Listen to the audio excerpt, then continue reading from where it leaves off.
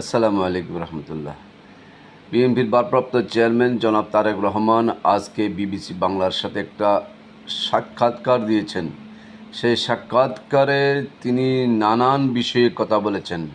রাজনীতি, অর্থনীতি, শিক্ষা, চিকিৎসা, মানুষের মৌলিক অধিকার ধরতে পারেন। আর ৩১ দফার আলোকে তিনি নানানভাবে কথা বলেছেন।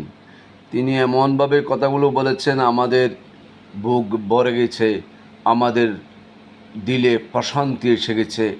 আমরা একজন রাষ্ট্রনায়ক পেতে যাচ্ছি, আমরা একজন অভিভাবক পেতে যাচ্ছি, আমরা এক পথহারা বাংলাদেশকে আপনার পথের দিশারি পেয়ে যাচ্ছি, এই আশায় বুক বেঁধে আছি। তার বক্তব্য সাক্ষাৎকারের জন্য তাকে অভিনন্দন এবং শুভ